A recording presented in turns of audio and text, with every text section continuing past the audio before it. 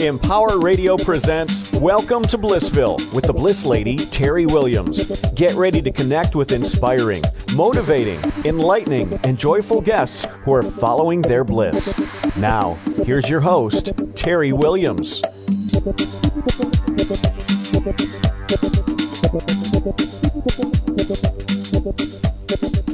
Welcome indeed, listeners. Hey, most people I know want to live an amazing life. Really being happy, that's our aspiration, right? We all get in a little funk now and then. I have to say that clearly so you know what the word is. And, my guest today, Patrick Mcnally, his challenge is to help all of us reach for the stars and really, truly know how amazing we are. Welcome to Blissville, Patrick. Thank you very much for having me, Teri. It's fantastic to be here, and I'm really looking forward to this chat. Oh, my gosh, me too. So give us a little history, man. You really help people all over the world. Okay, listeners, Patrick is in Australia. He's in Australia. So he helps people all over the world really tap into their inner bliss. How do you do that? Yes. Well, I travel to LA, New York, and London, and I'm based in Sydney simply because it's the weather. It is absolutely beautiful here. Sorry if you're in the middle of winter there, but it's really beautiful here. And yes, I have the fortunate life to be able to help not only the general public and corporations, but also wildly superstars who sometimes get wildly popular for the wrong reasons. Mm-hmm. So obviously my confidentiality agreement with them is very watertight. Oh yeah, I'm sure. Well, you have a wonderful background. You're a PhD. You've helped corporate people, celebrities. You helped the everyday person. In fact, you helped them with a new book that you have out, coincidentally titled How to Live an Amazing Life, right? Yes. Well, it's funny, Teri, over the past 30 years or whatever it's been now, this is my fourth book, and I wanted to come up with some easy way of explaining to someone, especially now there are no bookshops in the world and everybody seems to be going online to purchase. It needed to be clear. How to live an amazing life simply came up because I kept listening to people, whether it be clients or on the television, and it was an amazing thing, and I'm just used the word then. Amazing, when you look at it in the dictionary, causing great surprise or wonder, astonishing, startlingly impressive, astounding, wonderful, surprising. All those terms make up amazing. Mm-hmm. And so when you find someone who's lost for words because they feel so fantastic, they use the word amazing. And that's what I noticed, and that's why I put in the book and the title, How to Live an Amazing Life. That was the main reason. But that's what we're really all looking for. You know, somebody asked me the other day what my definition of bliss is, and I said peace. Amazingly so. Yes. To reach peace. And that's what it's all about. We want to be happy. We want to be blissful. We want to feel that amazement in our world. You have really got some great techniques, and I actually went through the first one, which I thought was very cool. It is the 60-second challenge. Yes, that's become somewhat of a signature technique for me, in that I've probably produced and designed and let that out to so many people worldwide, and I've actually done the technique with people in elevators, on aeroplanes, in bathrooms, in bedrooms, you name it. We've on the television, and it's just a unique piece of work that was actually produced by me by accident. I had a young lady many years ago who wasn't cooperating with me. In other words, she was stuck in this place of gain or loss. She didn't understand the difference between our life is supposed to be about a transition. We start, we're born, we transition, we learn and we grow. She said, no, I've lost my husband to divorce, I've lost my children, I've lost my car, and everything was about lost. And so what I did is I started to do some different work.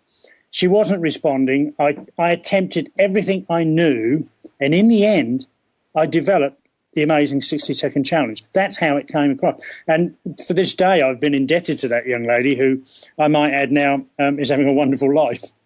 Oh, she's having an amazing life, right? She is indeed. She is indeed, yes. Well, can we give the listeners a little idea about what that challenge actually is? Yes, by all means, yeah. If your listeners want to do this challenge, one of the things I would, and the reason I've said challenge is simply because it takes such a small time in their life to create the way to do this challenge.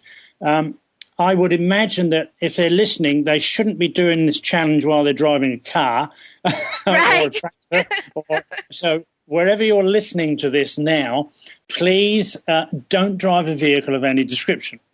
So let's run through, and I'll do it at a pace, if it's okay, Teri, where someone can actually go with us on this. So I'll just give a little pause from time to time so people can actually join in while they listen to this live. So let me do step 1 for you. You think of anything that's bothering you, worrying you, or making you feel sad or fearful. So you can think about that.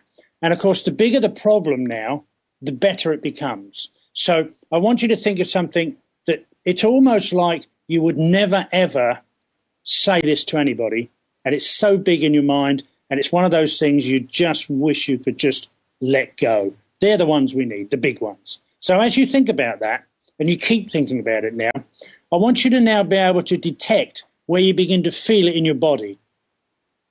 Now, the body can provide you with sensations anywhere, so don't be surprised if it's in an unusual place, right? It can be in your chest, sometimes it's in your tummy, but you'll start to feel this sensation, yeah? And as you feel it, I want you to detect then what direction it goes. Is it going up or down? Is it going round and round? It's very important for you to become consciously aware as you think about this. Now, as you're thinking about it, you should also be seeing something in your mind's eye. It could be a flashback, it could be a movie, it could be bits and pieces of an image. Whatever it is, I want you to hold that and freeze it as an image. Now, as you do that, what I want you to do is to be able to reduce the size of that image in your mind, move it away from you, and as you're doing that, I want you to take your hands, and wherever that emotional movement in your body is moving, I want you to move it the opposite way. So if it was going up, push your hands down. If it was going down, push them up. And as you do that, at the same time, reduce the image down to a little postcard, reduce it down to a little postage stamp, then take an enormous deep breath in and blow the image away, all the way away, right the way away until you have no breath left, and then open your eyes and don't think of an orange. Or a banana. And that should be it. Yes, or a kangaroo if you're in or a leprechaun if you're in Ireland, or Okay, so let me tell you what happened with me as I did this challenge. Yes. I focused on a particular issue that I was having in my life right now. I could feel it in my throat, and I could feel like I couldn't breathe. When you talked about which direction it was going, you talked about, I felt it like moving up, like it was moving up and moving Yes. up, and I saw a movie. So I did exactly that, where I stopped it like a frame and started to move it in the opposite direction, like you said. Now, I hadn't gotten to the part yet where it said, use your hands if you want to, which I did.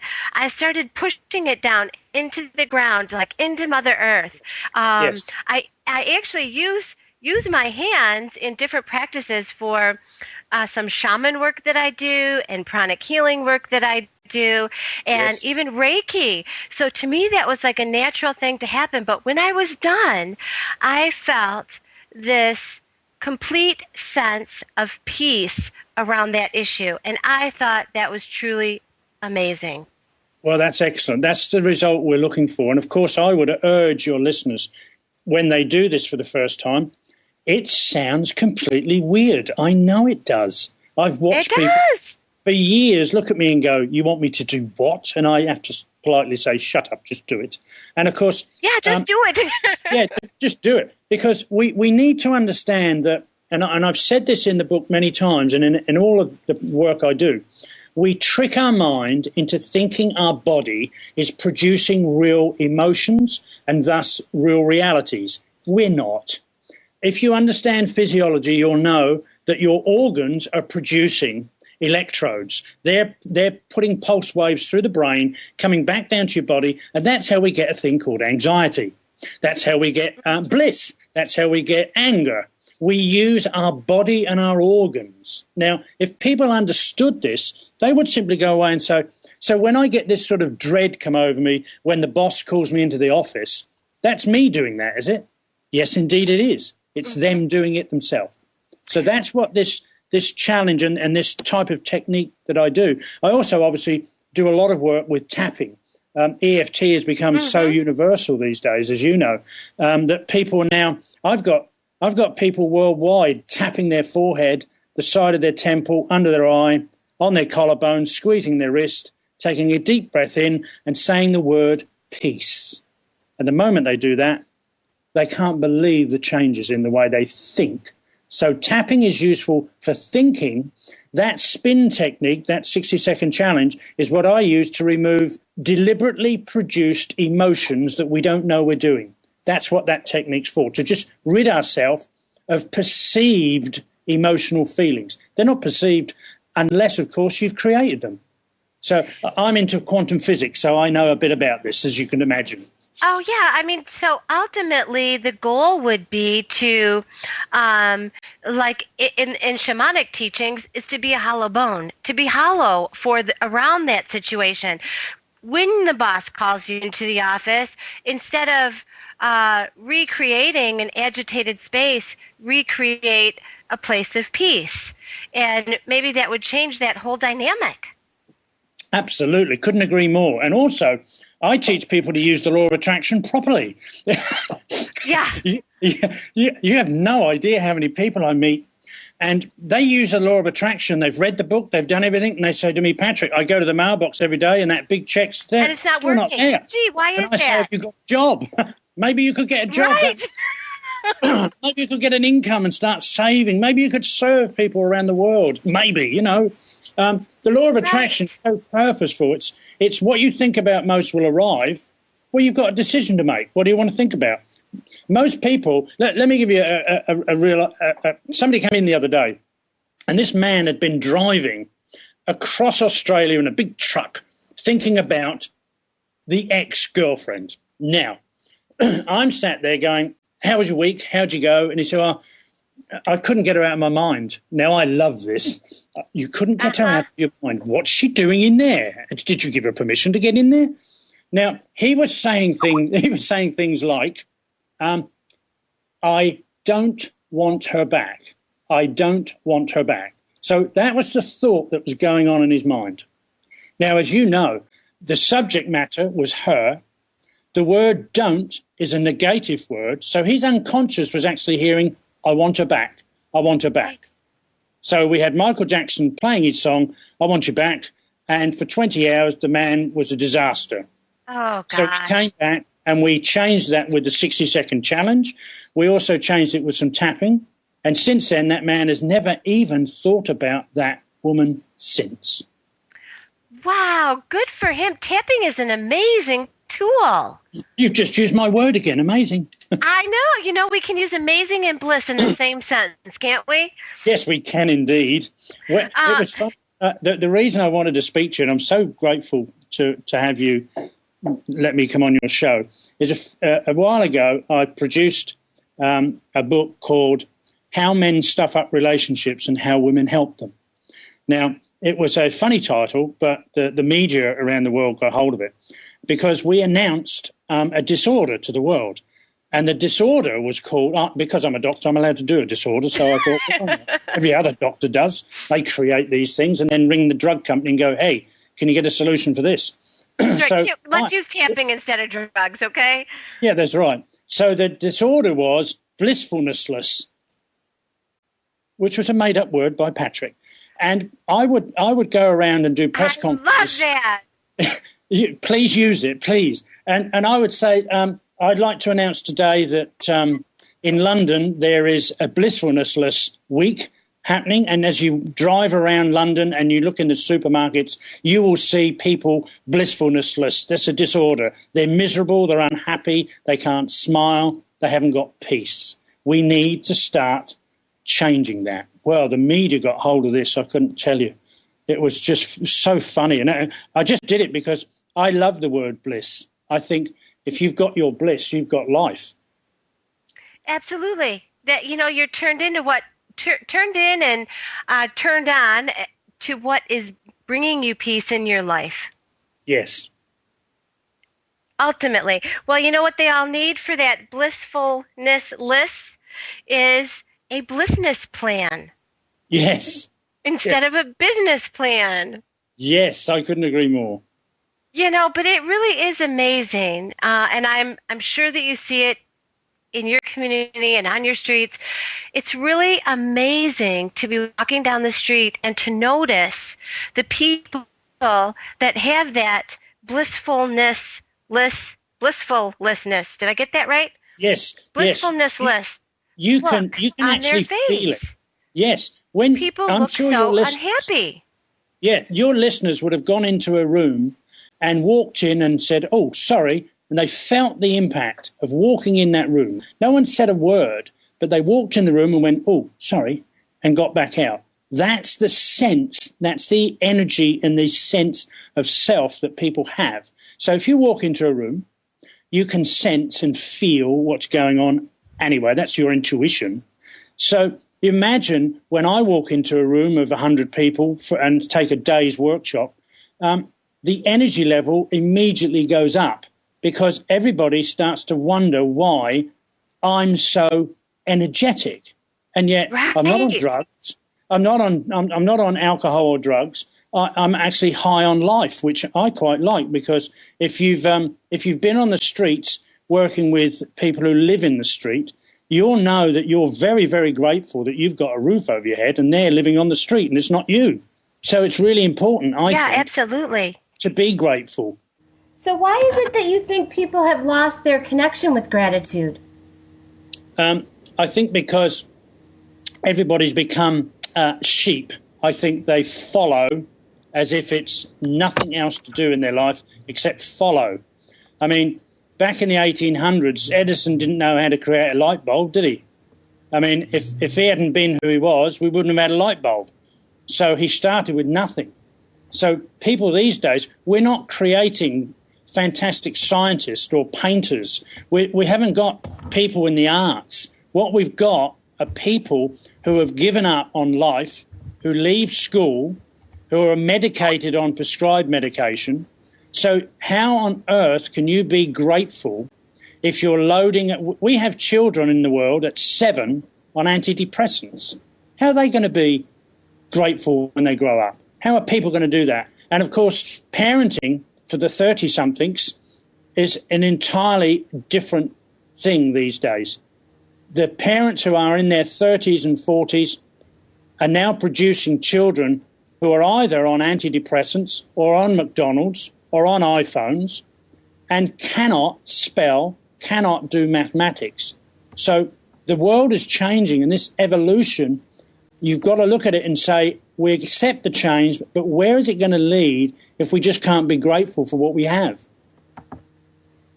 It's really crazy, isn't it? I mean, I look at these, and they want instant gratification. They can't keep track of anything. It's really, really crazy.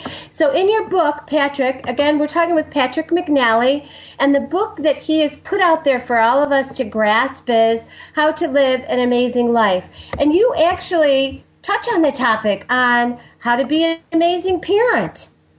Yes. Yes. And really work that into your life and think about, loving your child in a different way than what you see happening right now. Yes, I'm afraid that, and this is a phenomenon worldwide, Terry, as you're probably aware, that most people who are parents today have forgotten that they're the adult.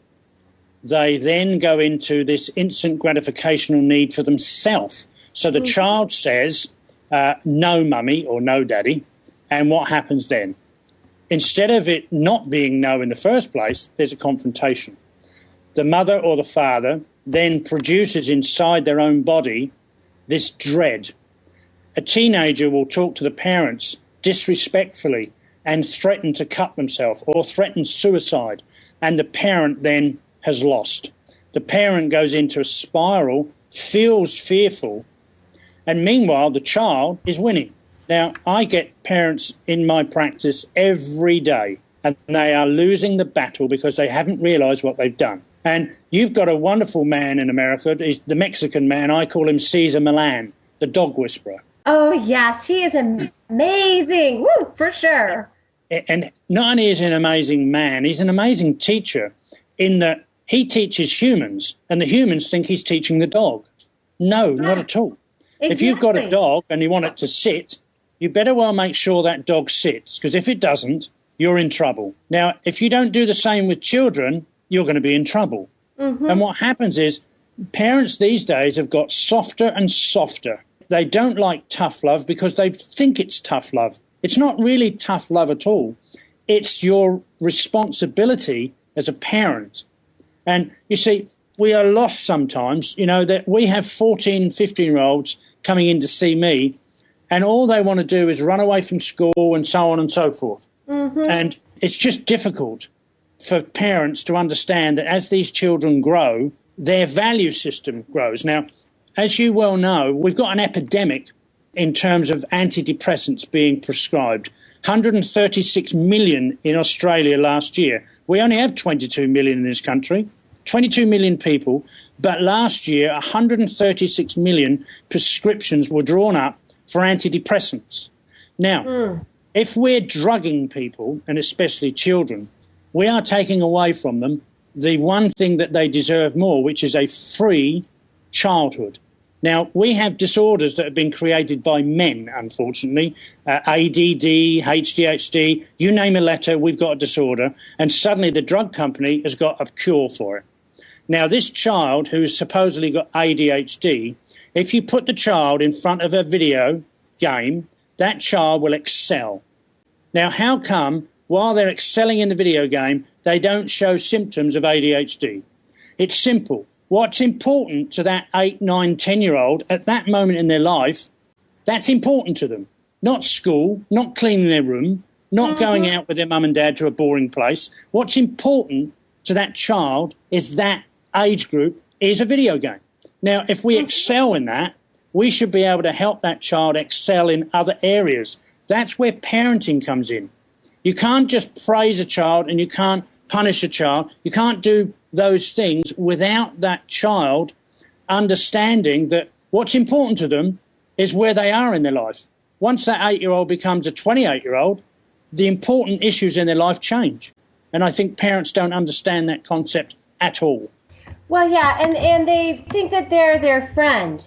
So really what you're doing is helping them realize what it takes to be a parent to their child and a parent to themselves. Yes, absolutely, yeah. I mean, you cannot be a friend to a child. You're a parent to the child. And you need to show how that child needs to respect themselves. One of the greatest tips I could give any parent listening is this. If you have a child, make sure you teach them good manners. The manners of a child will give them self-esteem. All you have to do is ask your children's friends' parents. You ring them up and go, oh, was my little Johnny round there the other day? Oh, yeah, what a lovely little boy he is. Oh, he's so lovely. Now, isn't it amazing how children are on their best behaviour in front of their friends' parents, yet when they get home, they rip into their parents? Yes, now, that is. It always drives me crazy. It's a phenomenon, isn't it? You yes, see, they've already worked out how to suck up. You see, they know that they can go over to their friends' mummy and daddy and get anything they want by being nice and happy and cheerful and polite. Thank you. Yes, please. May I leave the table? But when they get home, they go, Mum, I want some meat. So yeah, exactly. Parents need to understand this.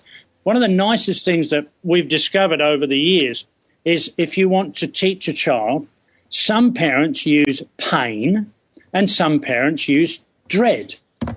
Now, pain is when you smack a child. And throughout time, children have had a smack from time to time. Some haven't, some have. Whether you use pain or dread, we now know that the best form of influence is fear. When a child is a little fearful, I don't mean fearful to the state that they can't function.